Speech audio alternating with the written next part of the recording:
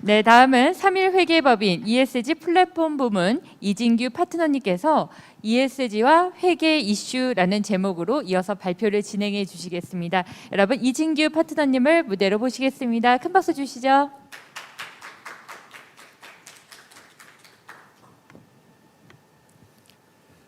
네, 안녕하세요. 방금 소개받은 3일 회계법인의 이진규 파트너입니다. 저는 오늘 ESG와 회계 이슈라는 주제로 발표를 드리도록 하겠습니다. 앞선 많은 발표에서 ESG라는 것이 기업의 지속 가능성 관련한 비재무 정보라는 용어를 많이 썼습니다. 비재무 정보는 회계와 어떻게 보면 대척점에 있는 내용인데요. 하지만 ESG가 기업 경영에 주된 화두가 되었고, 그리고 많은 법과 규정과 제도들이 만들어지고 있고, 이에 따른 거래와 사건들이 발생하고 있습니다. 이런 거래와 사건들은 결국 회계에도 어떤 영향을 미칠 수 있는데요. 오늘은 ESG가 회계에 어떤 영향이 있는지에 대한 내용 위주로 말씀드리도록 하겠습니다.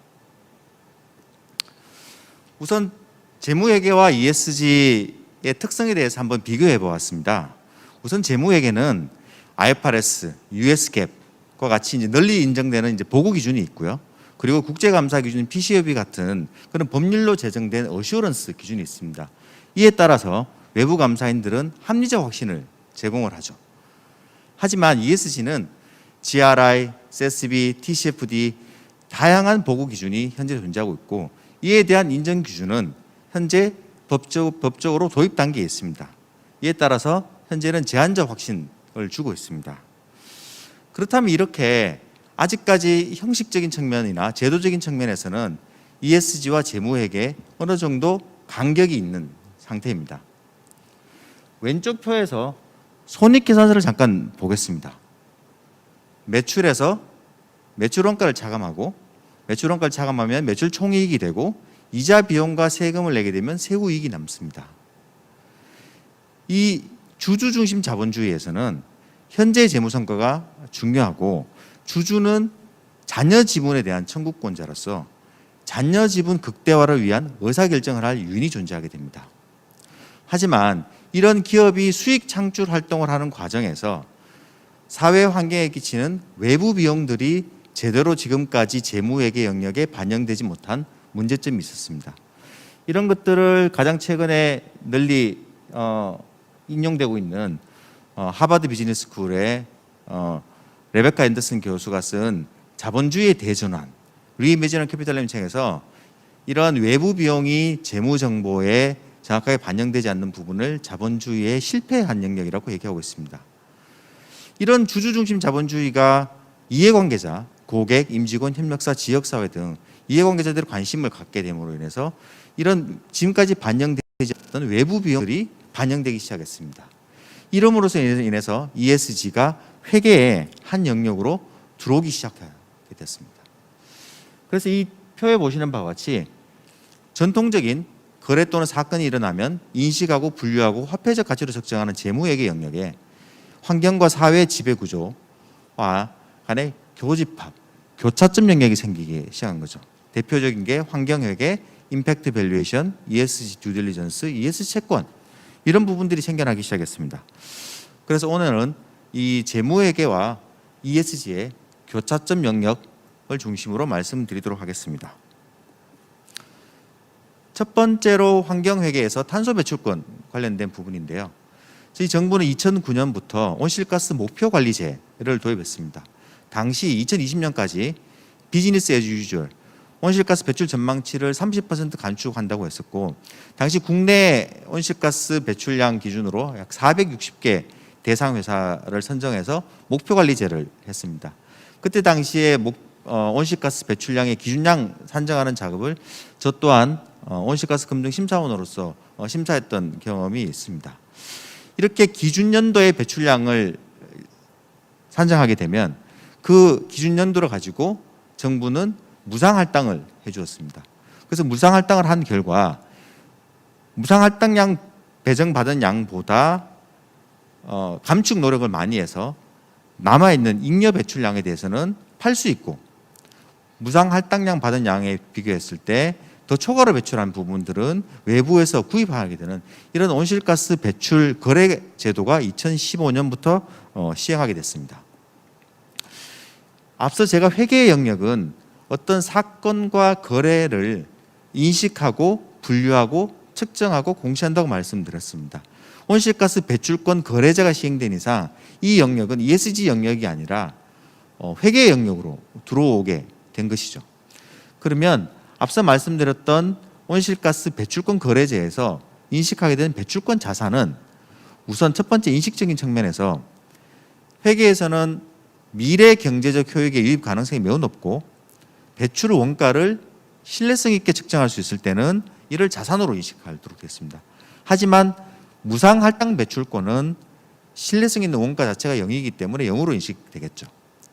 두 번째는 배출권을 취득하게 되면 의무 이행 목적으로 취득한 경우에는 무형 자산으로 계산을 하게 되고 단기 매매 목적으로 취득한 경우에는 금융 자산과 같이 유동 자산으로 분류하게 됩니다. 보유 이후에 보고 기간이 들어오면 이를 측정해야 되는데요. 의무 이행 목적일 경우에는 원가로 측정을 하고 단기 매매 목적일 때는 공정가치로 측정하게 됩니다. 배출권 부채는 일반 부채의 정의와 굉장히 유사합니다. 현재 의무가 있고 자원 유출 가능성이 매우 높을 경우에는 이를 신뢰성에 측정할 수 있을 때 배출 부채로 인식하고 신뢰성 있게 측정할 수 없으면 이를 주석으로 공시하도록 되어 있습니다. IFRS에서는 이 배출권 거래제에 대한 규정이 현재 없는 관계로 국내 회사들은 일반 기업회계 기준에 따라서 회계 처리를 하고 있습니다. 회계 한영역으로는 또 주석으로 공시하는 게 굉장히 중요하죠. 배출권 자산 같은 경우는 그 계획 기간 2021년부터 예를 들어서 2025년까지 각 이행 연도별 무상 할당 배출권의 수량과 기초 및 기말 배출권의 장부 금액과 단기 정감 내역 그리고 배출권이 담보로 제공됐을 때 담보로 제공된 배출권 양을 주석으로 공시하도록 되어 있고요. 배출권 부채의 경우에는 기초 및 기말 장부 금액과 단기 정감 내역 그리고 보고 기간의 온실가스 배출량 추정치를 공시하도록 되어 있습니다. 그래서 지금 2021년 4월 달에 공시된 상장범인 상위 30개사를 한번 조사를 해보았습니다. 그 결과 국내 상위 30개사 중에 배출권 자산은 2020년 말 기준으로 한 5천억 정도 계산이 되어 있고요. 배출권 부채는 약 7천억 정도가 공시가 되어 있습니다. 주요 기업의 배출 부채 현황을 보면 주요 상위 5대 기업이 배출권 부채 5천억, 약 4천억 정도를 차지하고 있고요. 기아와 현대차 같은 경우는 거의 1,500억에 육박하고 있습니다. 네. 더 이상 ESG 같은 요소가 기업 경영에서 이제 무시할 수 없는 재무의 경영 성과에 직접적으로 영향을 주는 수준에 도달했음을 알 수 있습니다. 두 번째는 탄소세와 탄소 국경세에 관한 부분입니다. 탄소세는 기업이 생산하는 재화 또는 용역에서 발생되어 있는 그 안에 있는 탄소량을 기준으로 내는 일종의 종량세의 성격입니다. 탄소 국경세는 온실가스 배출량이 많은 국가에서 작은 국가로 수출할 때 적용되는 이제 무역 관세 성격이고요. EU에서는 2023년에 도입될 예정이었습니다. 탄소 국경세와 관한 부분은 제 다음 세션에 자세하게 설명되는 세션이 있는 것으로 알고 있어서 잠깐 넘어가겠습니다. 그럼 이런 부분들이 어떻게 회계에 영향이 있느냐 했을 때 이 탄소세가 실질적으로 기업에 부과된다고 가정했을 때 상위 100대 기업은 약 한 90% 정도의 부담이 있고요.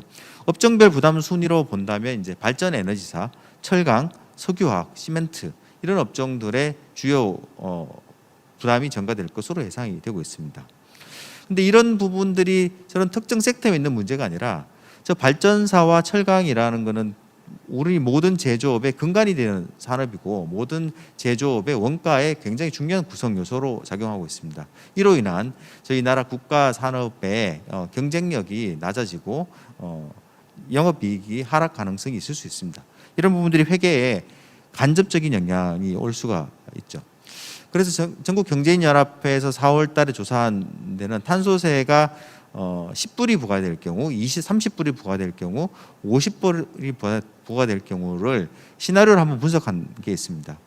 30불 기준으로 봤을 때 전체 탄소세액이 한 21조 정도 되고 법인세 세수 대비 약 30% 정도를 차지하게 되고, 이 탄소세가 영업이익 배출보다 더 많은 기업이 100개 기업 중에 한 40개 정도 되는 것으로 잠재적으로 분석되고 있습니다.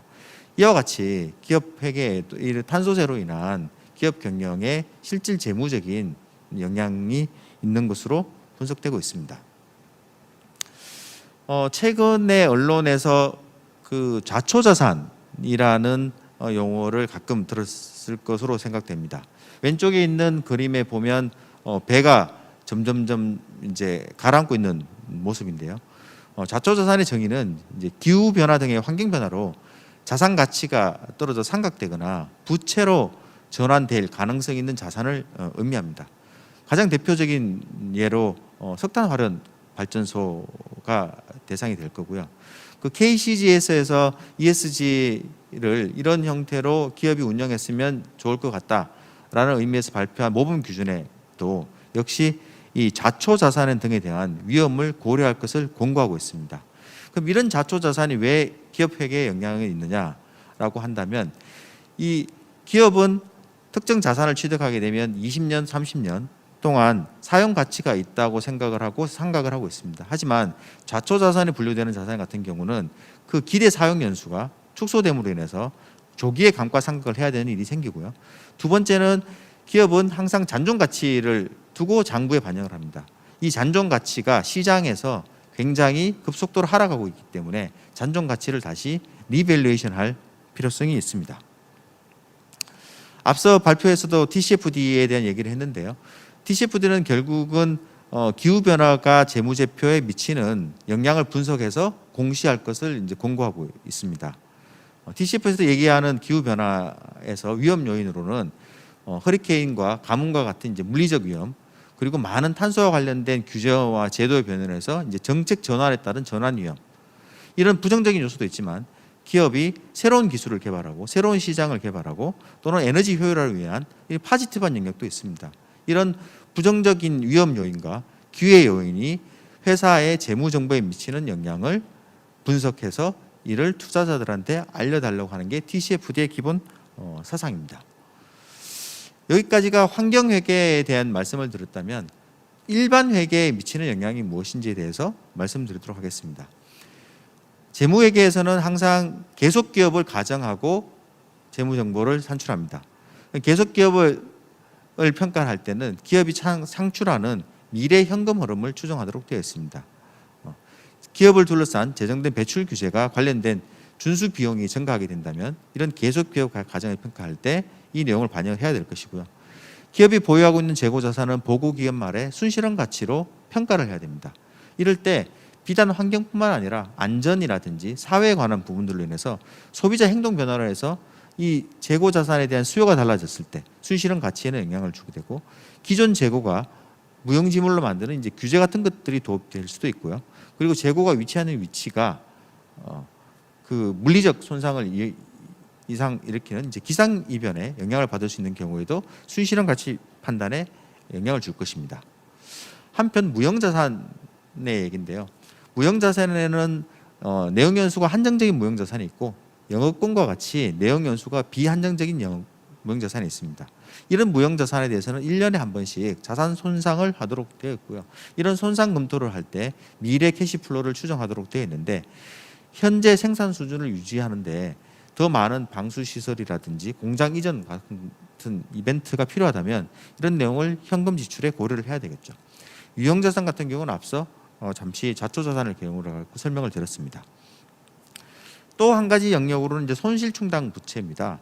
충당 부채라는 것은 과거 사건의 결과로 현재 의무가 존재하고 해당 의무를 이행하기 위해서 자원의 유출 가능성이 있을 때 이 부분을 손실충당 부채로 계산하도록 기업회계 기준에서 요구하고 있습니다. 저희 나라 같은 경우 유럽 같은 국가에 장기 공급 계약이 있을 수 있습니다. 10년씩 공급 계약이 있는 거죠. 하지만 탄소세와 같은 EU 탄소 조정 국경세든지 이런 것들이 2023년부터 시작된다면 실제 저희가 매출을 하면 할수록 오히려 더 손실이 날 수도 있습니다. 이런 부분들은 이제 손실 충당 부채로 지금 시점에서 준비를 해야 되고요. 금융기관은 굉장히 다양한 자산 포트폴리오를 가지고 있습니다. 자산 포트폴리오 가지고 있는 구성이 이런 기후 변화라든지 환경 요인에 의해서 손실이 예상되는 같은 경우는 그 채권을 나중에 회수할 수 없는 문제가 생깁니다. 이런 부분들이 이제 대손충당금 설정에 영향이 있고요. 또 한 가지는 재무제표 현재 인식되지는 않았으나 미래에 유출된 자원 가능성일 때 우발부채로 계산하도록 되어 있습니다. 환경과 관련된 앞서 중소기업에서도 150가지가 넘는 새로운 규정과 제도가 만들어지고 있습니다. 이런 제도의 도입으로 인해서 환경 관련 의무가 더 많이 생겨날 수가 있는 거죠. 이런 부분들은 이제 우발 부채로 계산되어야 될 여지가 있는 부분입니다. 여기까지가 환경 회계와 일반 회계에 미치는 ESG의 영향 부분을 말씀을 드렸다면 전통적인 재무 회계 영역은 아니지만 임팩트 밸류에이션에 대해서 잠깐 말씀드리도록 하겠습니다. 전통적 회계 영역은 이 그림에서 보는 인풋에 해당되는 영역까지인 거죠. 기업이 생산 활동을 위해서 석탄을 화석 연료를 구입했다고 치면 그 구입 내용이 원재료비라는 걸 통해서 전통적인 손익계산서의 매출원가에 계산될 것입니다. 하지만 이런 원재료를 사용함으로 인해서 온실가스가 배출되는 게 이제 아웃풋에 해당되는 값인 거죠. 아웃풋에 대한 건 지속가능 경영 보고서에 기재가 됩니다. 하지만 온실가스가 나옴으로 인해서 무엇이 변화됐는지 이런 부분이 이제 아웃컴이라고 얘기하고 기온이 상승하고 해수면이 상승하고 자연재해가 생기게 됩니다. 이런 아웃컴이 실제 우리 인간의 삶에 어떤 영향이 있는지에 대한 임팩트를 화폐적 가치로 측정하기 시작을 했습니다. 이런 화폐적 가치 측정 대상은 기업의 엔터티, 컴퍼니 레벨일 수 있고요. 프로젝트 단위일 수 있고 프로덕트 단위일 수 있습니다. 이런 측정 대상을 이코노믹, 소셜, 인바이러먼트 이렇게 각 세 가지 에어리어로 측정하는데 이를 트리플 바텀이라는 표현을 쓰고요. 국내 기업 같은 경우는 SK가 이 소셜과 인바이러먼트를 합친 더블 바텀 컨셉으로 KPI를 하고 있습니다. 이런 임팩트 측정은 파지티브한 영역뿐만 아니라 네거티브 영역을 포함하고 있고요. 회사가 주된 영역을 하는 온 오퍼레이션뿐만 아니라 서플라이 체인과 유즈 페이스까지 포함해서 측정을 하게 됩니다. 마지막으로 ESG와 기업 가치 평가에 대한 부분인데요. 기업 가치는 흔히 알고 계신 이제 DCF, 미래 현금 흐름을 기업의 위험으로 할인해서 측정을 하게 되는데 이 기대 현금 흐름을 분석할 때 기업이 지금까지 말씀드렸던 외부 비용, 이제 물리적 비용이나 전환 비용들 또는 신기술 적용을 통한 잠재 기업의 이익이나 절감하는 비용들을 기대 현금 흐름에 반영을 해야 되고 또 기업의 할인율은 지금까지는 신용위험 중심이었다면 이 ESG가 미치는 영향을, 위험을 분석을 포함해야 됩니다. 이런 기대 현금 흐름과 위험을 분석하기 위해서 ESG 듀 딜리전스가 최근에는 많이 활발하게 진행되고 있고요. 녹색 채권, 녹색 연계 채권, 해약 채권 등 다양한 ESG 채권들이 발행이 증가하고 있습니다. 최근 이런 채권 발행 할인율에 ESG 요소가 점진적으로 반영될 것으로 기대하고 있습니다. 네. 이상으로 ESG가 회계에 미치는 영향에 대한 주요 영역을 말씀드렸는데요. 이거는 앞서 잠깐 나왔던 그림입니다. 재무 상태와 경영 성과를 보고하는 이런 재무 회계 영역에 이 환경과 사회 지배 구조에 대한 부분들이 화폐적 가치로 측정하는 부분들이 점차 확장될수록 교차점, 교집합 영역은 앞으로 더 확산될 것으로 예상됩니다. 네. 이상으로 ESG가 회계에 미치는 영향에 대한 주제 발표를 마치도록 하겠습니다. 감사합니다. 네, 감사합니다. 이진규 파트너님께 큰 박수 부탁드리겠습니다. 네, 시간 관계상 한 가지 질문을 한번 드려볼까 하는데요. ESG가 회계에 미치는 영향의 정도가 각 산업별로 기업별로 상이할 것으로 생각이 듭니다. 가장 크게 영향을 미치는 산업이 있다면 뭐라고 생각을 하시나요? 네, ESG는 다양한 산업에 영향을 줄 수 있는데요. 우선은 그 속도인 것 같습니다. 어떤 산업에 먼저 영향을 주고 어떤 산업이 나중에 영향을 주는 차이가 있고 앞서 말씀 보여드렸던 장표 잠깐 나왔었는데요. 이제 탄소 배출량이 많은 곳 같은 경우는 탄소와 관련된 환경과 관련된 세금 문제라든지 다른 규제에 의한 이런 전환하는 비용이 많이 들기 때문에 발전사라든지 이제 철강이라든지 결국은 온실가스 배출량이 많은 업종부터 가장 큰 재무액에 영향이 있을 것으로 생각됩니다. 네, 소중한 답변 감사드립니다. 다시 한번 이진규 파트너님께 여러분 큰 박수 부탁드릴게요.